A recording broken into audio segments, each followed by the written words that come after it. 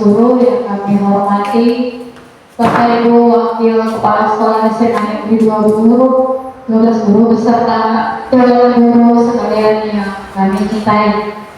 Alhamdulillah puji syukur kita panjatkan kehadirat Allah Subhanahu wa taala karena pada pagi hari cerah ini kita masih diberikan kesempatan untuk hadir di tempat ini dalam rangka kita sama-sama mengikuti pemaparan dari calon guru penggerak kita, yaitu aksi nyata tentang diseminasi budaya positif.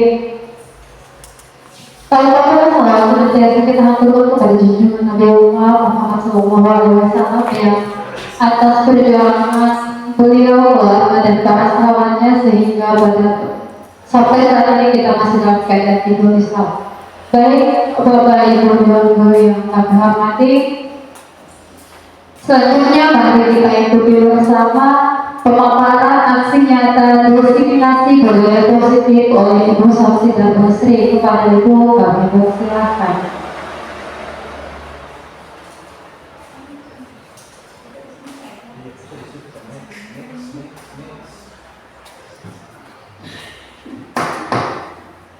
Bismillahirrahmanirrahim. Assalamualaikum warahmatullahi wabarakatuh.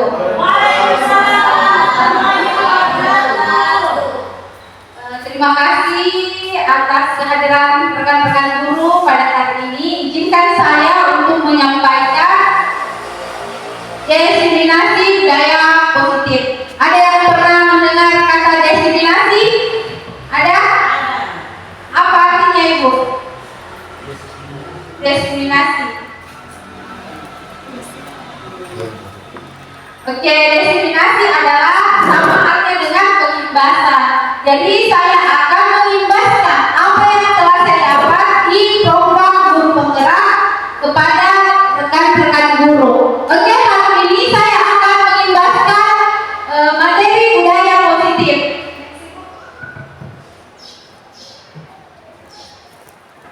Oke, sebelum kita masuk di materi, alangkah baiknya untuk menambah semangat kita pada hari ini, mengembalikan fokus kita. Mari kita sedikit selama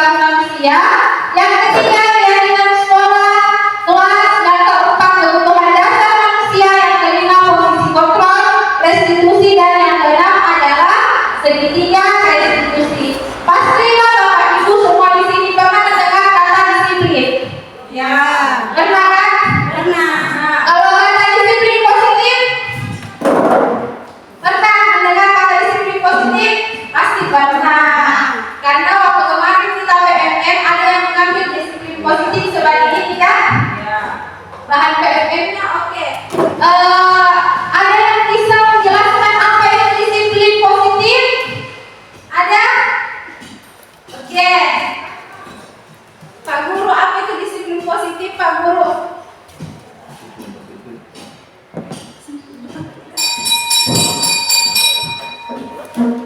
Terima kasih atas Di depan sini.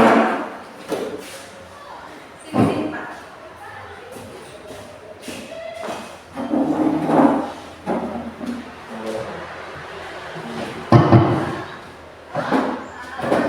Terima kasih atas kesempatannya. Menurut saya disiplin positif itu adalah bagaimana upaya kita sebagai seorang guru untuk menciptakan suasana pembelajaran yang sistematis sehingga nanti bisa kita membelajarkan siswa secara efektif. Ya, saya kira itu. Oke, itu tadi penjelasan disiplin positif dari Bapak Guru. Nah, sebagai seorang guru yang baik, kita harus memiliki kemampuan dalam mewujudkan budaya di sekolah. Budaya positif tersebut dapat dijalankan dengan menerapkan konsep-konsep seperti berikut. Disiplin positif. Nah, ini tadi pengertian dari disiplin positif merupakan suatu cara penerapan disiplin yang mengajarkan anak bertanggung jawab dan menumbuhkan kesadaran diri berdasarkan nilai-nilai kebajikan. Nah, Bapak Guru, disiplin positif itu bisa terjadi di sekolah kita kalau kita melakukan kebiasaan positif. Tentu saja kebiasaan positif itu ada beberapa macamnya. Contohnya saja dalam sekolah kita menerapkan yang namanya 5S. Ada yang tahu apa itu 5S? Salam, senyum, sapa. Salam senyum sapa sopan. Oke, terus sekalian dari 5S itu adalah salam, Senyum, sapa. Oke, betul sekali. Kita menerapkan kebiasaan-kebiasaan itu. Nah, setelah ada kebiasaan-kebiasaan, maka akan muncul yang namanya apa? Budaya positif. Nah, budaya positif ini bisa menghasilkan namanya disiplin positif. Disiplin positif lebih ke arah disiplin diri yang dapat mengontrol diri dalam melakukan segala kegiatan.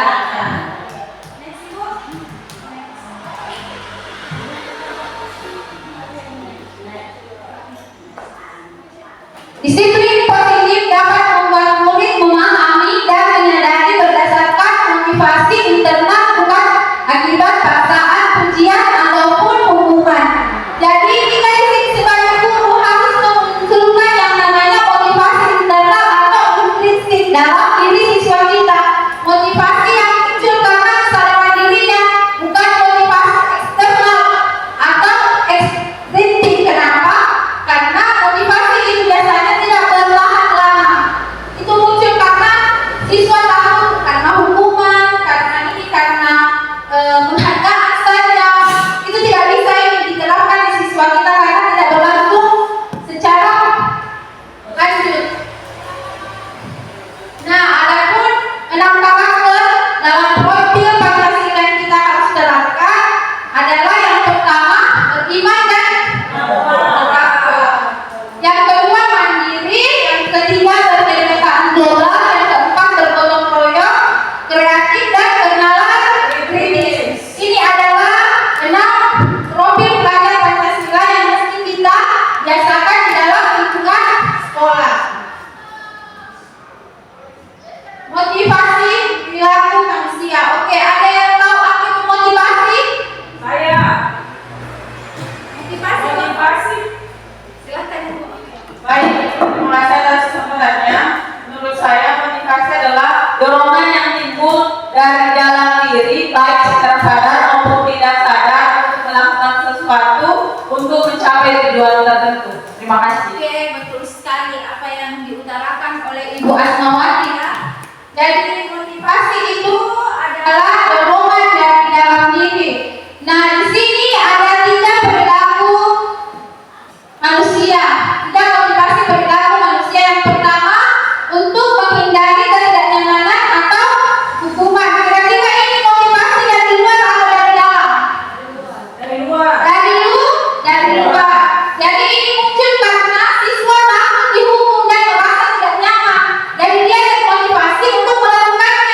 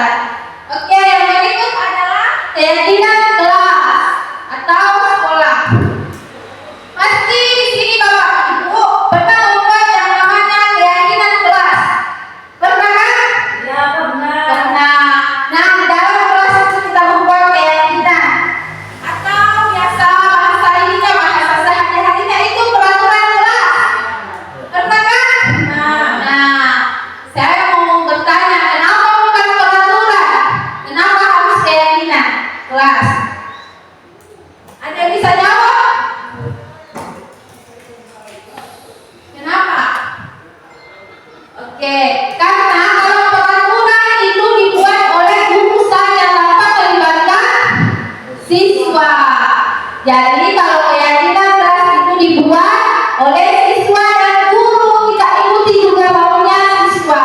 Jadi ketika siswa melanggar, kita kembalikan ke diri mereka. Kenapa kamu yang membuat keyakinan? Kenapa kamu yang melanggar?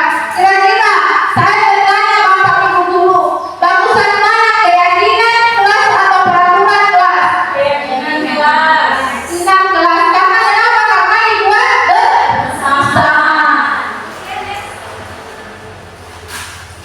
Keyakinan sekolah atau kelas berupa pernyataan universal yang mudah diingat, dipahami, dan harus diterapkan di lingkungan sekolah. Adakah Bapak Ibu guru yang bisa mencontohkan satu keyakinan kelas? Ada? Saya. Ya, Ibu silakan. Baik, terima kasih Ibu. Karena saya sebagai guru bahasa Inggris dan keyakinan kelas saya itu saya buat itu setiap jam pelajaran bahasa Inggris siswa sepakat bersama guru semua harus membawa kamus. Oke. Terima kasih ya Bu. Jadi itu adalah keyakinan kelas dari guru bahasa Inggris. Jadi guru dan siswa sepakat untuk membawa kamus. Bapak kepala sekolah mungkin bisa mencontohkan satu keyakinan kelas.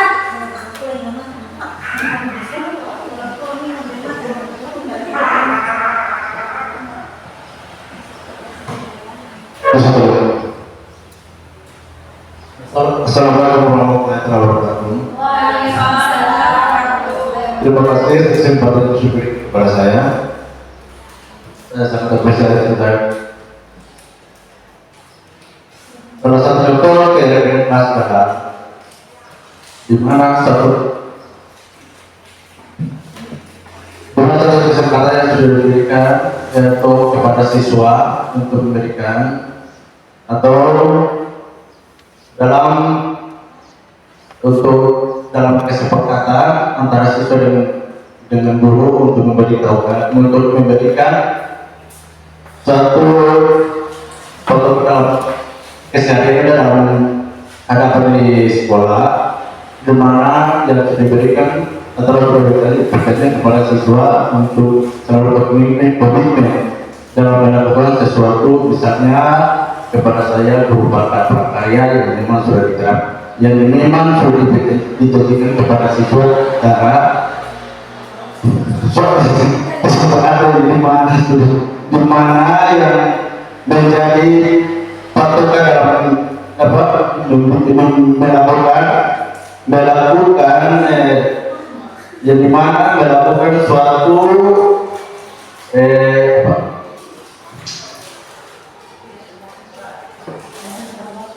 di mana ada suatu kesempatan antara disiplin terus tidak terhambat dalam pembelajaran berkarya. Mungkin saya sampaikan sebelum saya memahami dengan Assalamualaikum warahmatullahi wabarakatuh. Oke, itu tadi contoh keyakinan kelas dari Bapak. Nah, kita kan sudah tahu semua itu keyakinan kelas dan peraturan kelas. Kita lanjut. Ini adalah contoh keyakinan sekolah atau kelas. Yang pertama, setiap anggota kelas wajib belajar, senang, melakukan karya, saling menghormati dan merasa aman. Itu adalah keyakinan kelas di kelas 10 di SMA Negeri 12 10.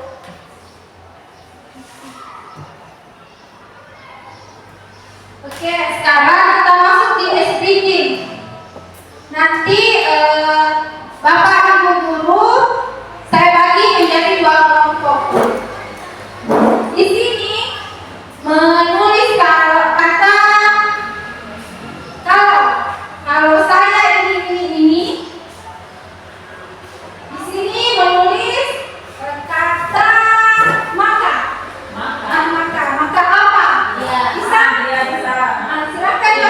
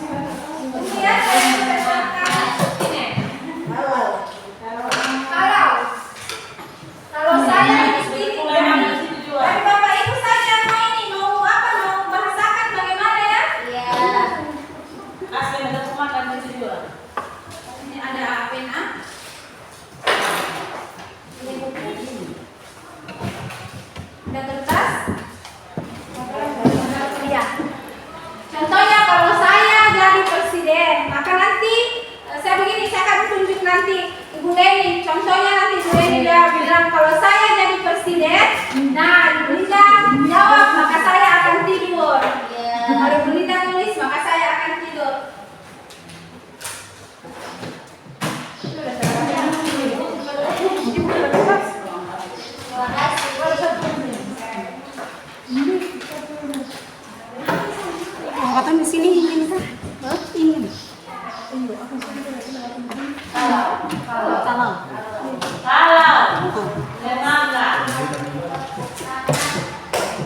Sudah Bapak Ibu? Sudah.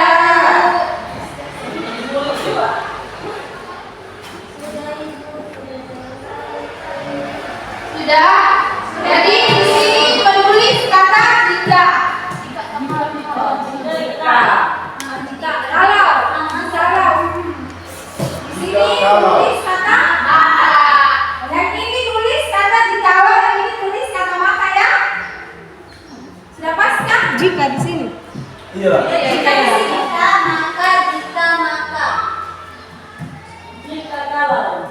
Sudah Bapak Ibu? Sudah. Oke, yang pertama Ibu Mita. Apa kata-katanya? Oh belum. Apa yang sudah? Oke, Ibu Deni. Silakan Ibu. Ya, terima kasih. Kalau mau makan, kita berdoa terlebih dahulu. Maka Saya akan bahagia. oke, Ibu Vivi. Bapak saya mungkinnya. Iya, Terima kasih. Jika saya ingin makan, Jika saya ingin makan, maka saya akan kaya.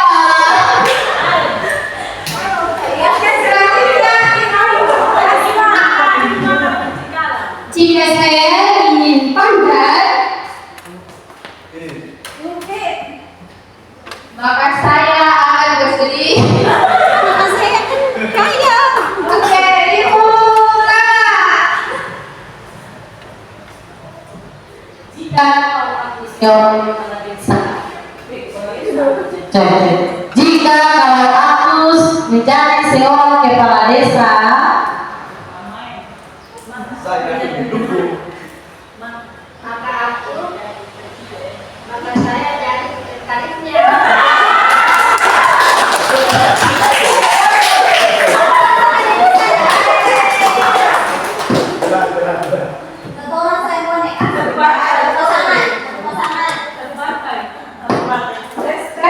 Tes. Oke. Next. Ibu.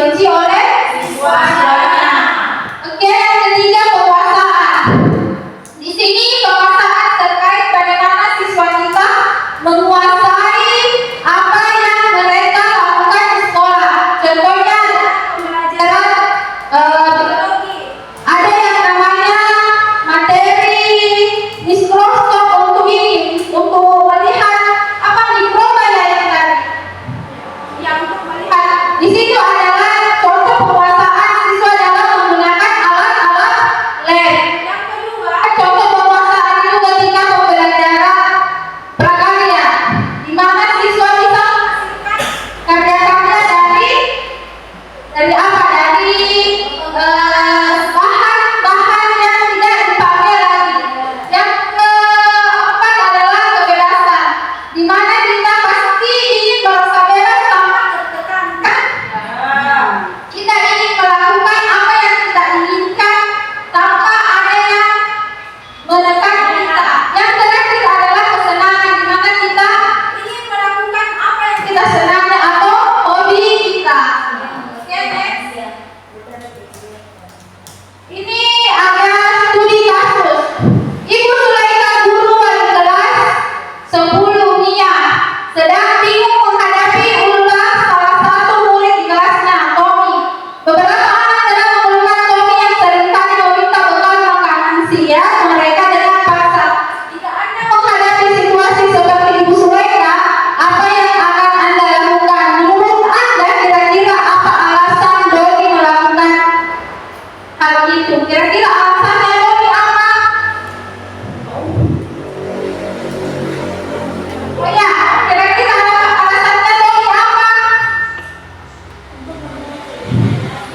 Oke, menurut Ibu Wakaset, alasannya Tommy melakukan itu untuk memenuhi kebutuhan dasar dari Tommy. Oke, kita lihat selanjutnya Ibu. Nah, alasannya Tommy karena ia lapar dan orang tuanya tidak membawakannya bekal makan siang. Maka kebutuhan dasar yang sedang Tommy penuhi adalah kebutuhan untuk bertahan hidup atau survive. Oke? Alasan Tommy yang kedua, karena dia merasa senang temannya jadi memperhatikan dia ketika temannya melapor. Tindakannya itu pada gurunya dan gurunya memberitahu orang tuanya sehingga orang tuanya tidak memperhatikan dia. Maka kebutuhan dasar yang sedang dipenuhi Tommy adalah kebutuhan dasar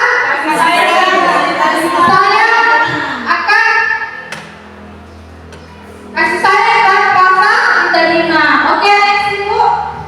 Alasan Tommy yang ketiga, karena temannya jadi takut dengan dia dan menuruti keinginannya, maka sebetulnya Tommy sedang berusaha memenuhi kebutuhan dasar akan kekuasaannya. Jadi Tommy ini merasa berkuasa akan temannya sehingga Tommy melakukan hal tersebut. Tommy merasa temannya takut ke Tommy.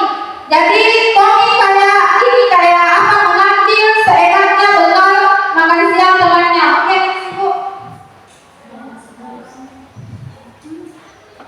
Karena alasan yang keempat, karena dia merasa bosan dengan bekal makanan yang dibawakan ibunya dari rumah, karena ibunya selalu membawakan bekal yang sama. Oleh karena itu dia ingin mencoba makanan teman-temannya yang beragam. Maka Tommy sedang berusaha memenuhi kebutuhan yang akan kebebasan.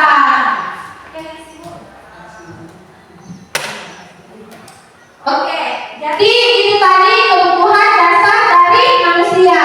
Kira-kira di sekolah kita pasti ada siswa yang kelakuannya tidak kita inginkan. Kenapa demikian? Pasti dalam kelima kebutuhan dasar itu ada yang tidak terpenuhi. Misalkan pemberian kasih sayang dari orang tuanya. Nah, tugas kita sebagai guru itu harus memenuhi kelima kebutuhan dasar dari murid kita sebagai manusia.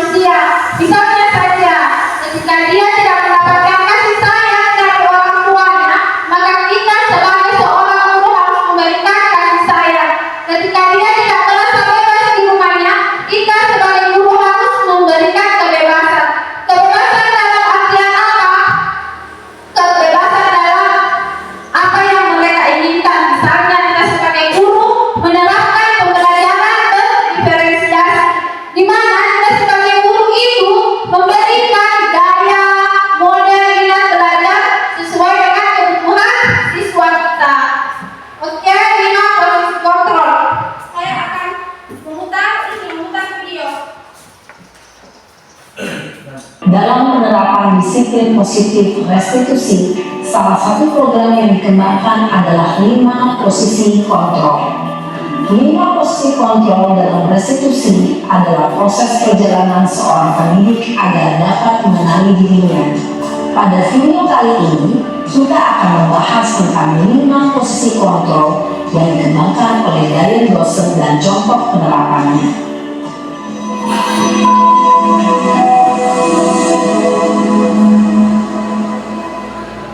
5 posisi kontrol itu adalah 1. Posisi penghukum, 2. Posisi pembuat rasa bersalah, 3. Posisi teman, 4. Posisi pemantau atau monitor, dan 5. Posisi manajer. Untuk lebih memahami kelima posisi tersebut, mari kita saksikan kasus Naren yang terlambat hadir 20 menit di sekolah dan melihat bagaimana kelima posisi kontrol dalam menghadapi masalah tersebut.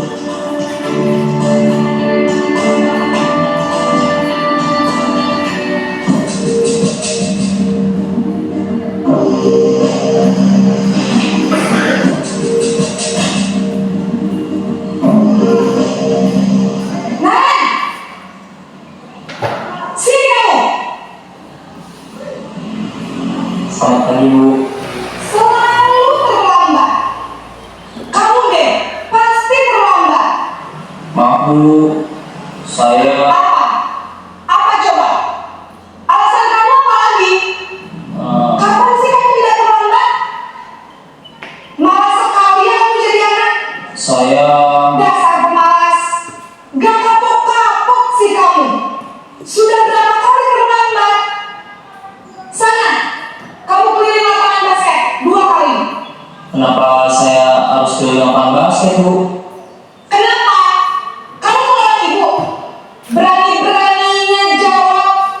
Sudah terlambat, masih berani jawab enggak? Sekarang, keliling lapangan basket 5 kali sekalian. Biar kapok. Cepat. Pergi sana ke lapangan basket. Posisi penghukum biasanya berbicara dengan nada tinggi, menghardik, menunjuk-nunjuk, menyakiti, dan menyindir. Hukuman bisa berupa fisik maupun psikis. Ibu dan bapak guru hebat. Dampak yang terjadi pada murid ketika guru berada pada posisi penghukum adalah murid cenderung akan memberontak, bahkan menyimpan dendam.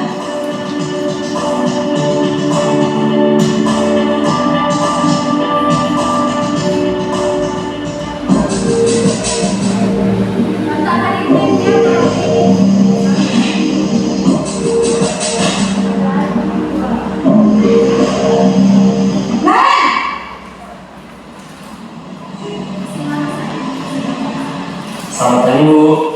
Naren, kamu kenapa terlambat lagi, nak? Ya Tuhan, Naren, kamu senang ya bikin ibu susah ya? Kalau kamu terlambat lagi, nanti ibu yang ditegur bapak kepala sekolah, nak. Disangka ibu tidak bisa membina kamu. Duh, gimana ini? Maaf, Bu. Duh, Gusti Naren, kamu suka ya kalau ibu tegur bapak kepala sekolah? Terus, sekarang ibu harus tulis apa ya di buku absen?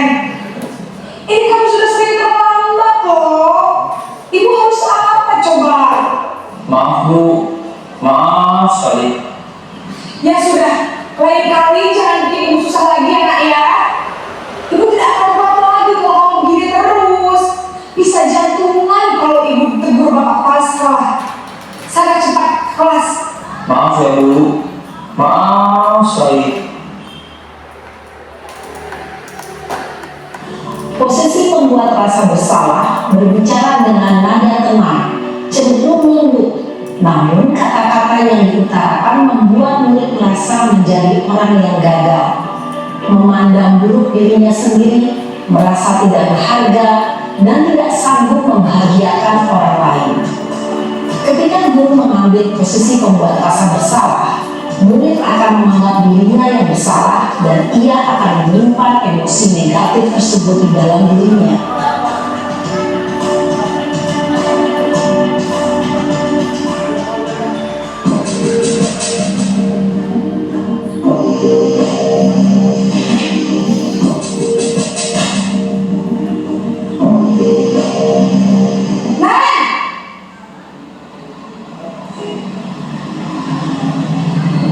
Selamat pagi Bu.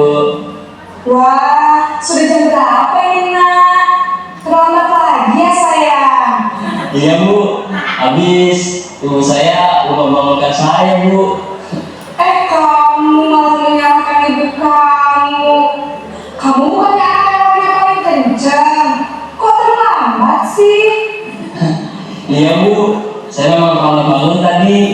Jadi biarpun saya lari kencang, tetap gak kesenjang Bu. Ya sudah sana, nanti lain kali larinya lebih kencang lagi ya.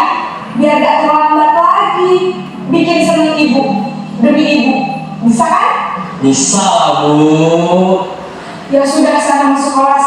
Ibu beresin urusan absen kamu. Kamu ini ada tes saja. Dalam posisi teman, guru berbicara dengan nada suara ramah, akrab, cenderung bersenda gurau untuk menjaga suasana tetap santai. Murid akan merasa senang, aman, dan akrab dengan guru. Identitas yang tercipta adalah identitas sukses atau berhasil. Namun, perlu diingat, karena ini masih dorongan eksternal, maka ada faktor ketergantungan dari murid kepada orang tertentu. Di sini, guru absennya, sehingga di lain waktu, murid bisa berperilaku baik, namun hanya pada orang-orang tertentu saja.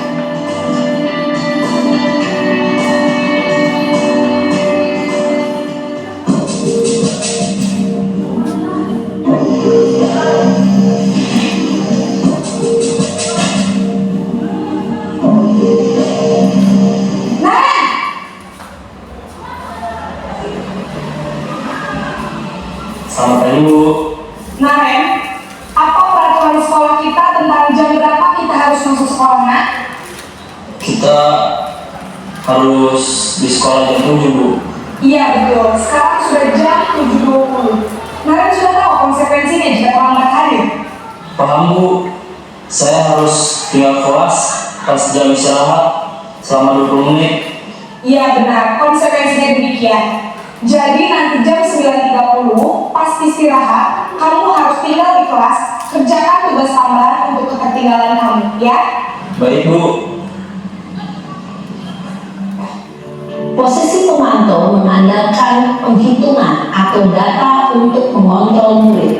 Guru mengarahkan murid berdasarkan peraturan dan konsekuensi. Seorang pemantau menunjukkan bahasa tubuh dan ekspresi wajah yang datar dan cenderung formal.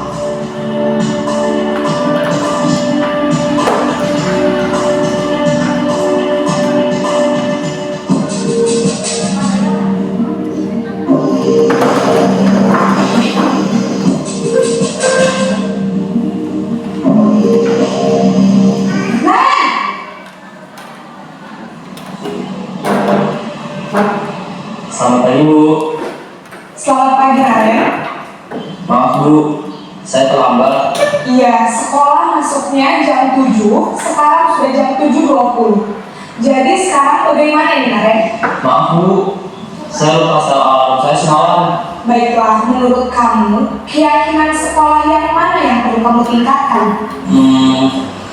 Menghargai diri sendiri dan orang lain mungkin ya Bu. Setuju. Jadi, apakah Ren meyakini prinsip saling menghormati tersebut? Iya Bu, saya meyakininya. Apakah Ren bersedia memperbaiki masalah keterlambatan ini? Bersedia Bu. Bagaimana kamu akan memperbaiki masalah keterlambatan ini? Saya akan coba untuk tidak lupa menyetel alarm saya Bu. Baik, kalau Ren lupa menyetel alarm di rumah, ada orang yang kira-kira bisa bantu mengingatkan tidak? Ada Bu, kata saya, Kak Emma. Ada lagi selain Kak Emma? Selain Kak Emma, ada ibu saya. Baik, jadi yang mengingatkan Ren adalah Kak Emma dan ibu kamu ya? Kira-kira akan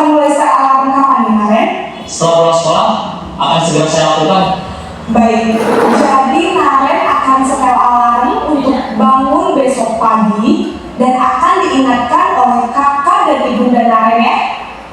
Ada lagi yang mungkin perlu dilakukan Naren agar tidak terlambat bangun lagi? Tidak ada, Bu.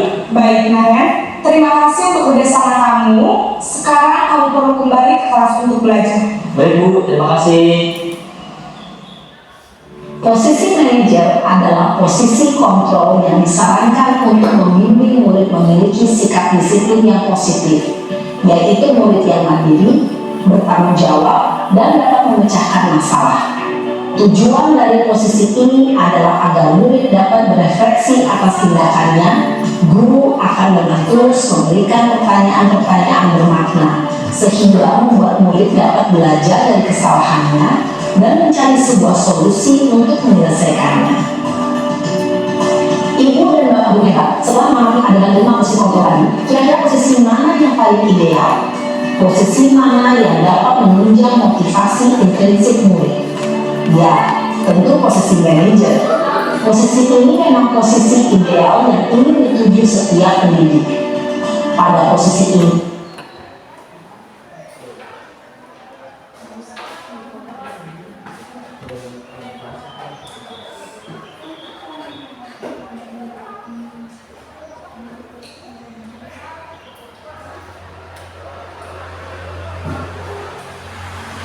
Baiklah Bapak Ibu, itu video 5 posisi kontrol guru. Kira-kira di sekolah kita ini Bapak Ibu menerapkan posisi kontrol yang mana? Kalau Ibu Linda posisi kontrol sebagai guru yang mana? Sejauh ini masih sebagai teman Ibu. Jadi Ibu Linda masih ini ya, masih memposisikan dirinya posisi kontrolnya itu sebagai teman. Nah,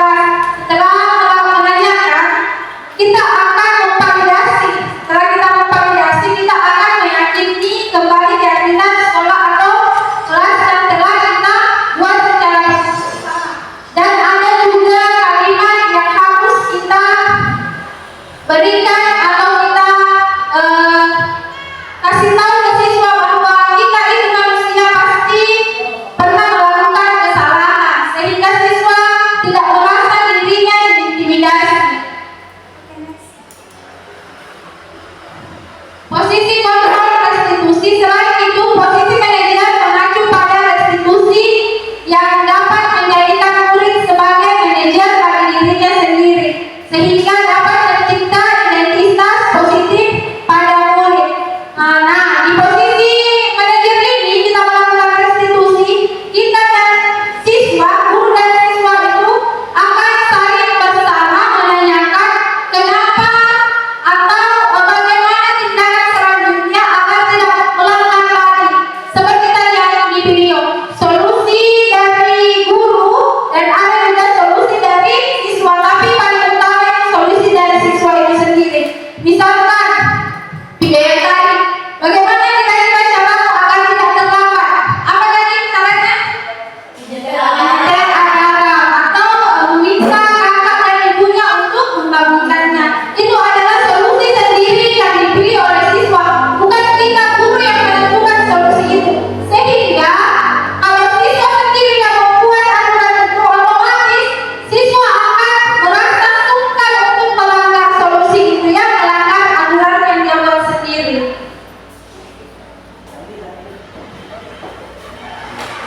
Nah, ini adalah tahap dalam segitiga restitusi. Yang pertama, menstabilkan identitas, yang kedua, validasi tindakan yang salah, dan yang ketiga, menanyakan keyakinan yang telah mereka buat bersama. Nah, ini menstabilkan identitas. Menstabilkan identitas dilakukan berdasarkan prinsip bahwa membuat kesalahan adalah bagian dari proses pembelajaran yang nantinya akan menggeser identitas gagal. Berikutnya, menstabilkan identitas berbuat salah itu hal yang manusiawi. Nah, kita sebagai guru itu dalam restitusi itu hendaknya mengucapkan kalimat-kalimat yang positif untuk siswa, seperti yang di atas. Berbuat salah itu adalah hal yang manusiawi. Jadi kita sebagai seorang guru itu jangan berkata, kamu ini salah terus, kamu ini selalu melakukan kesalahan, jangan. Tapi kita harus memberikan kata-kata yang menyemangati siswa, seperti tidak ada manusia yang sempurna. Kita pasti bisa menyelesaikan permasalahan ini. Jadi, ketika siswa membuat masalah, jangan bilang kamu membuat masalah terus, kamu bikin gaduh, bikin ini, bikin itu, jangan. Tapi kita harus memotivasi dia untuk tidak melakukan kesalahan yang seperti yang dia lakukan pada saat itu. Validasi tindakan yang salah. Validasi tindakan yang salah dilakukan berdasarkan prinsip bahwa setiap perilaku berupaya memenuhi sesuatu kebutuhan tertentu. Jadi begini Bapak Ibu, kita juga sebagai guru itu jangan semata-mata selalu menyalahkan siswa kalau melakukan kesalahan. Kita juga sebagai siswa harus melihat apakah siswa kita tidak terpenuhi kebutuhan dasarnya. Kalau tidak terpenuhi kebutuhan dasarnya, kita sebagai guru harus berusaha memenuhi kebutuhan dasar tersebut. Nah, yang terakhir adalah validasi tindakan yang salah. Di sini kamu pasti punya alasan mengapa melakukan itu. Nah, di validasi tindakan yang salah, kita menanyakan ke siswa, kira-kira alasannya siswa tersebut melakukan hal yang salah itu apa? Biasanya di sini kita sebagai guru hanya kayak memarahi siswa, hanya melihat kesalahan yang dia perbuat, tanpa kita mengetahui apa alasannya melakukan hal tersebut. Kita sebagai guru harus, yang paling pertama kita harus mengetahui apa sih yang menyebabkan siswa kita melakukan kesalahan tersebut. Bisa saja kalau siswa merokok di lingkungan sekolah, mungkin itu hal yang salah ya Bapak Ibu. Tapi ketika siswa merokok itu tidak ada gurunya, kan itu salahkan kita. Tugas kita kan sebagai mengajar, kita tidak perlu mengajar siswa kita merokok. Itu kan salahkan kita juga ya. Kalau kita tidak ada di kelas, siswa kita merokok itu juga salahkan kita. Kalau kita ada di kelas, nggak mungkin juga siswa kita membiarkan untuk melakukan hal-hal yang negatif. Jadi kita juga harus divalidasi tindakan yang salah. Oke, yang terakhir menanyakan keyakinan. Menanyakan keyakinan dilakukan dengan memberi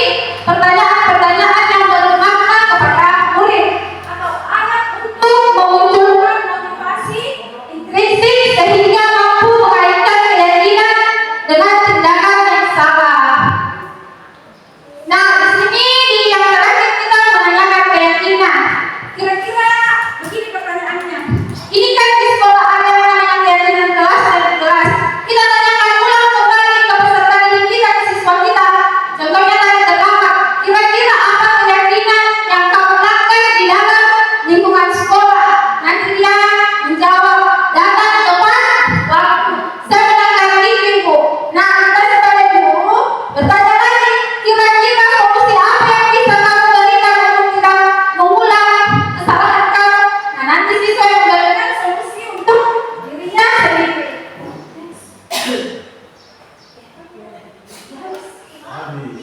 Oke, nah sebelum kita akhiri penjelasan aksi data pada kali ini, saya akan melakukan kalau kita biasanya pakai evaluasi ya, saya juga akan melakukan itu dalam bentuk yes. Nanti Bapak Ibu menjawab kira-kira hal yang dilakukan oleh guru menghukum atau konsekuensi. Nanti Bapak Ibu yang pilih ya jawabannya.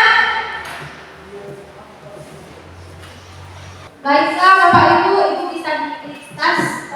Perbesar dulu Ibu, perbesar dulu ya.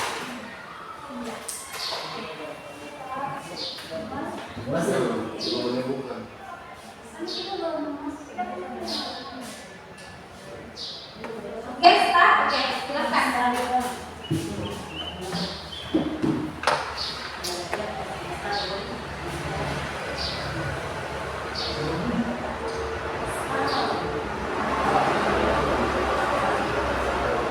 Nah, yang pertama ini.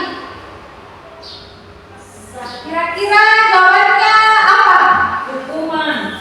Hukuman apa? Oke.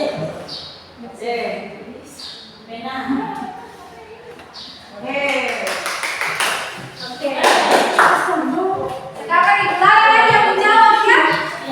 Power off.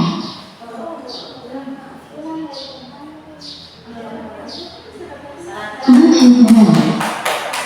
Connected.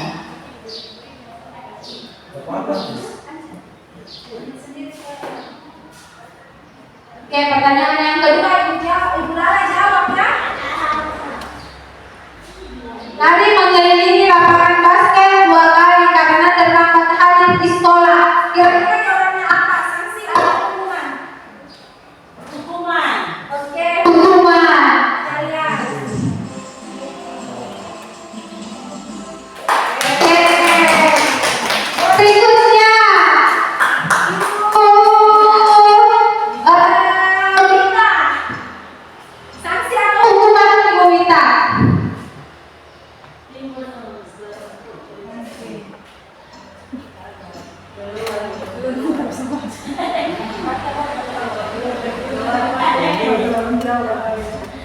Membersihkan coretan yang dibuat di meja tulis. Ibu Mita, silakan jawab sanksi atau hukuman. Hukuman karena kita lihat ya.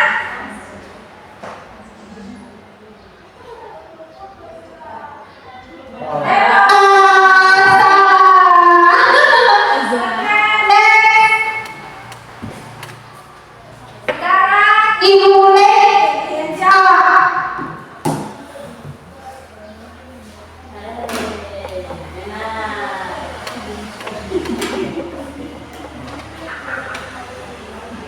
Ini kenapa saya lakukan ini supaya ini juga bagus diterapkan di dalam proses pembelajaran utamanya informasi supaya anak-anak tidak mengantuk sambil bermain game sambil kerjakan evaluasi. Mungkin ada beberapa guru yang sudah terapkannya di dalam proses pembelajarannya. Oke, ini salah satu. Oh, dikurangi poinnya 50% ya.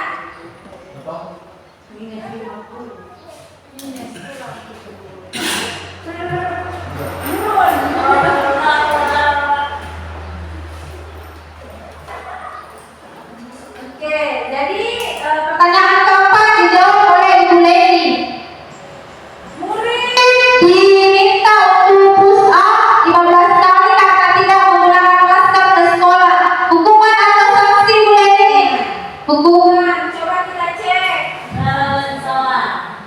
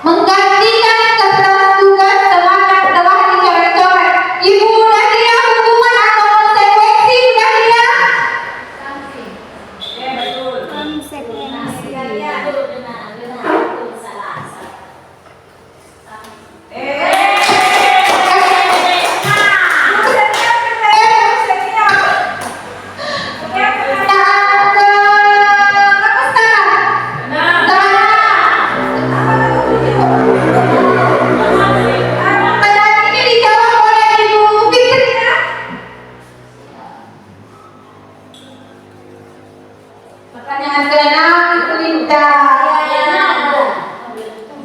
Berjemur di lapangan basket pukul 12.00. Siap karena melanggar dengan terbagi hukuman atau sanksi, Ibu Binti. Hukuman, kita lihat.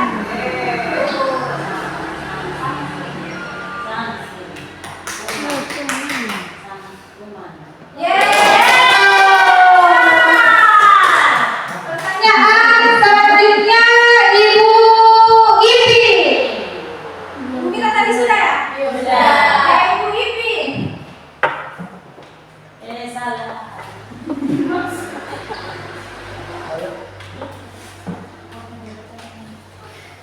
Bonus lagi, Ibu Ipi dapat bonus lagi dari dia.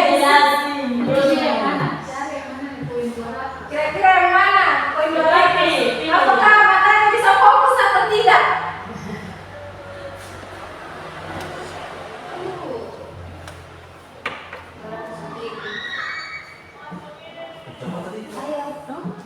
Yang mana, Bi? Nomor 2. Ini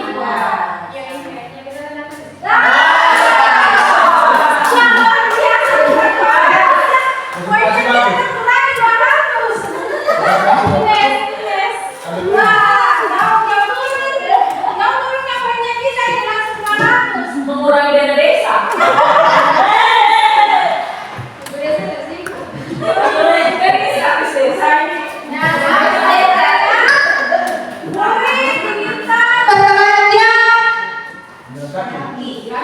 Pertanyaan kaki sepanjang karena tidak menggunakan sepatu warna hitam sesuai peraturan sekolah. Ibu Ipi, ini hukuman atau sanksi? Hukuman. Kita lihat dulu.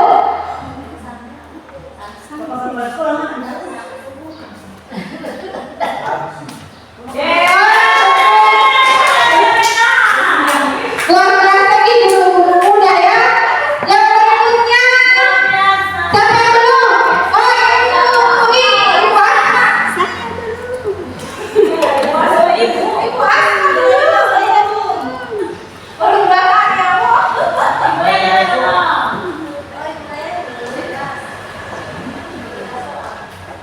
Berdiri di dalam kelas sambil mengangkat kaki salah bisa menjawab pertanyaan. Saksi atau hukuman? Konsekuensi. Apa?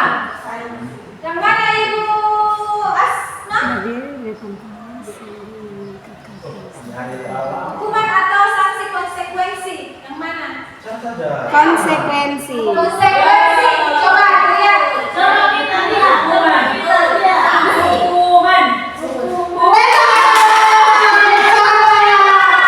Jadi yang betul adalah hukuman. Oke, selanjutnya Jimmy. Sanksi atau hukuman? Jawab tentu ya pertanyaannya. Membersihkan tumpahan air di meja. Tulis karena tersenggol pada saat belajar. Ini sanksi atau hukuman Ibu saya? Sanksi. Kalian?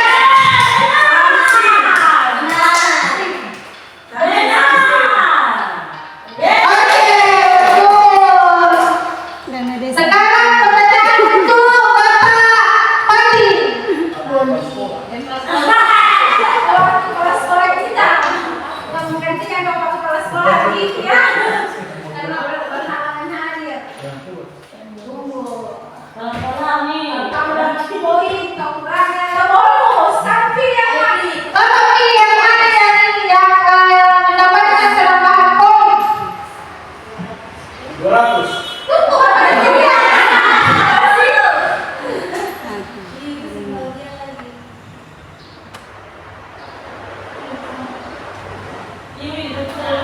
Ketiga. Mana Pak? Pertama, kita lihat.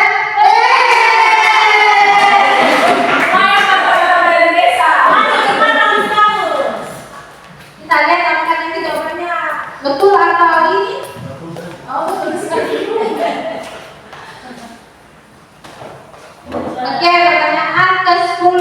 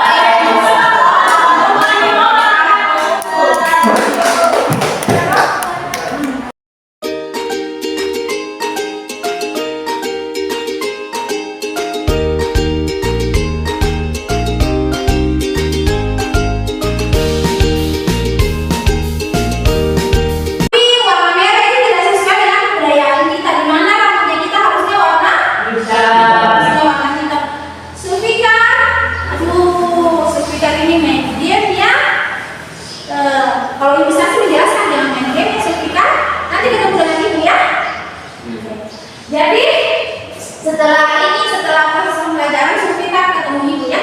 Halo Sulfika, Halo Bu, bagaimana kabarnya hari ini? alhamdulillah baik. Oke, saya sih ingin bertanya beberapa pertanyaan ke Sulfika mengenai kesalahan yang Sulfika lakukan pada saat proses pembelajaran imunisasi berlangsung di kelasnya Sulfika. Bisa? Oke, saya bertanya. Sebelumnya ibu Safi tahu bahwa kamu bermain game di kelas, tapi kita perlu bicara mengenai waktu yang tepat untuk melakukannya. Kita semua kadang membuat kesalahan, yang penting adalah bagaimana kita belajar dari kesalahan itu. Nah, ibu Safi ingin bertanya bagaimana perasaanmu mengenai hal itu, Sulfika? Saya merasa sedikit malu. Saya tahu seharusnya tidak boleh bermain game dalam kelas. Namun, dikarenakan saya bosan, jadinya saya pun berinisiatif untuk bermain game. Terima kasih ya Sulfika, sudah jujur. Boleh saya tanya lagi? Boleh Bu. Apa yang membuat Sulfika memutuskan untuk bermain game saat kelas berlangsung? Apakah kamu merasa bosan atau ada hal-hal yang mengganggu lainnya? Ya, saya sangat merasa bosan Bu. Materinya sudah saya pahami dan saya tidak tahu lagi harus berbuat apa. Jadinya setelah dipikir-pikir, tidak ada salahnya saya memutuskan untuk bermain game sementara waktu. Oke, saya mengerti. Kadang kita kalau sudah menguasai materi, kita tidak tahu lagi mau berbuat apa di dalam kelas. Nah, kelas biasa terasa lama, tapi menurutmu apa yang kamu jadikan alasan itu sudah tepat untuk bermain games di kelas? Seharusnya tidak Bu. Saya tahu seharusnya saya lebih berfokus kepada materi yang dipelajari atau membantu teman lain yang sedang kesusahan atau kurang paham terkait materi yang bersangkutan. Oke, saya senang kamu bisa melihat itu. Apa yang menurutmu seharusnya kamu lakukan saat bosan di kelas? Mungkin saya bisa bertanya-tanya terkait materi itu atau membantu teman lain, serta bisa juga saya membuat beberapa catatan tambahan. Ya, itu ide-ide yang bagus ya Sulfika. Bagaimana jika kita sepakat bahwa ke depan, jika kamu merasa bosan, kamu bisa mencoba salah satu dari hal-hal itu. Bagaimana menurutmu Sulfika? Ya, saya setuju Bu. Saya akan lebih banyak bertanya lagi, kemudian saya membantu teman lain. Bagus sekali ya. Ibu senang kamu berusaha untuk memperbaiki diri. Jika kamu butuh bantuan atau merasa bosan, Sulfika jangan merasa ragu untuk berbicara dengan ibu dan guru lainnya ya. Terima kasih atas masukan ibu. Saya akan belajar lagi ke depan. Sama-sama Sulfika.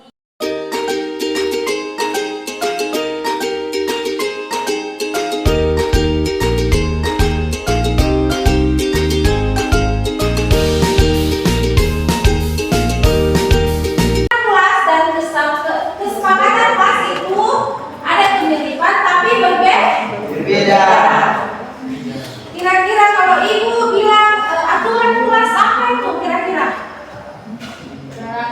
Larangan, sesuatu yang tidak boleh dilanggar. Ketika dilanggar akan mendapat hukuman. Kalau kesepakatan kelas bagaimana? Bagaimana? Kalau kesepakatan kelas yang harus dilakukan. Jadi kesepakatan kelas itu juga ibaratnya sebagai peraturan, tapi kesepakatan kita bersama. Kesepakatannya kalian dengan ibu Sasi akan buat yang namanya apa? Kesepakatan. Kalau peraturan ibu Sasi saja yang buat tanpa melibatkan kalian. Kalau kesepakatan kelas itu ibu Sasi yang buat dan kalian juga yang buat. Jadi kalian yang bikin kesepakatan kelas itu dan kita nanti akan saling mengkoreksi apakah kesepakatan kelas itu diterapkan di dalam kelas atau tidak. Jadi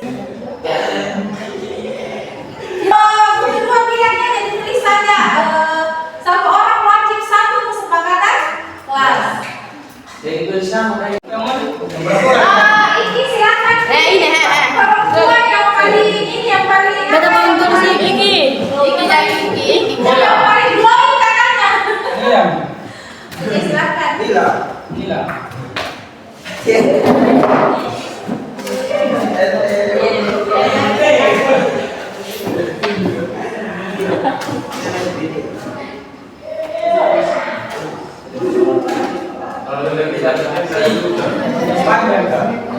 Menghargai guru yang sudah mengajar. Jangan cerita ketika guru menjelas. Oke? Silakan pilih satu.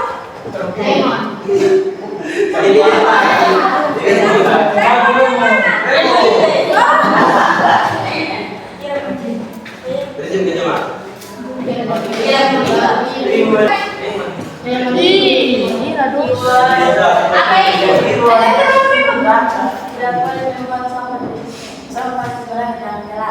Tidak boleh membuang sampah di dalam lingkungan kelas.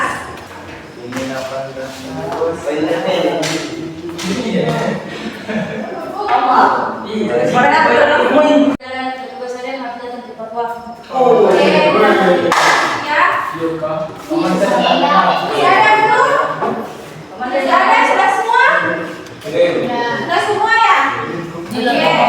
Jadi ini adalah kesepakatan kelasnya kalian. Yang pertama dari Ibnu siapa ini? Ibnu Lakukamsina. Menjaga kebersihan di lingkungan sekolah. Kemudian Zulkifli Samsuha. Dilarang memukul siswa di dalam kelas maupun di luar kelas. Amin. Oke, amin.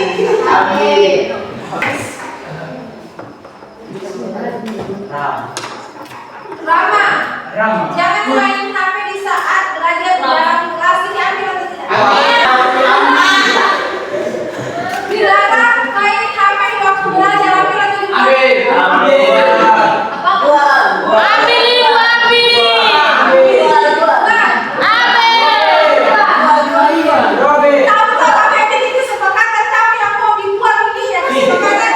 Jadi kesepakatannya sama.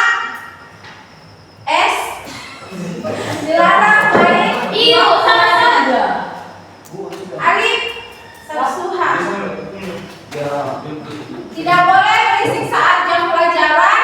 Petugas harian harus datang tepat waktu. Ambil atau tidak? Siapa? Muhammad Nur Irwan. Ini siapa? Muhammad Nur Irwan atau gimana? Muhammad Nur Irwan. Tidak memotong pembicaraan guru pada saat guru menjelaskan. Ini rangka tadi sudah ya? Sudah. Vanessa Samsuha harus rapi dalam berpakaian dan diusahakan tidak bawa badan ya. Ambil atau tidak? Amin. Yang terakhir Antis Mowangare. Mana ini? Sudah cocok nama aku? Ini marga dari mana ini? Ternate. Oh, Ternate. Antis. Dilarang merokok di lingkungan sekolah. Ini diambil atau tidak? Amin. Buat katanya ini dibuat. Jadi ini kita ambilnya. Yang pertama, dilarang main HP di waktu belajar. Kita ganti ini bisa bermain HP di saat guru mengizinkan. Jadi itu kesepakatan kelas kita yang pertama. Tolong dicatat dulu. Bisa bermain HP di saat guru mengizinkan. Yang kedua, ini jangan main HP di saat jam pelajaran. Itu tidak usah diambil ya. Tapi bisa bermain HP di saat guru mengizinkan. Berikutnya, ini yang pertama. Berikutnya, guru dilarang memukul siswa di dalam kelas maupun di luar kelas. Ini diambil. Kita ganti di sini, guru dilarang melakukan kekerasan fisik di dalam kelas. Nama siapa ini? Nurila. Nurila tidak boleh datang terlambat. Datang tepat waktu. Jadi yang ketiga, datang tepat waktu. Yang berikutnya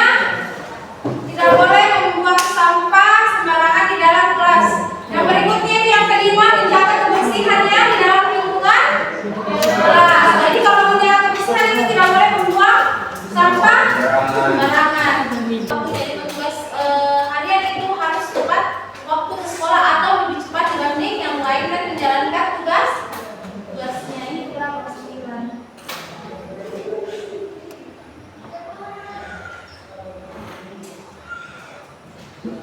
Tidak memotong pembicaraan guru pada saat menjelaskan. 10. Benar ya, ada peraturan lain ya? Seperti bisa masuk di saat terlambat 10 menit. Kalian tidak tulis, jadi kita ambil saja yang 10 ini ya. Nah, itu simpan ini.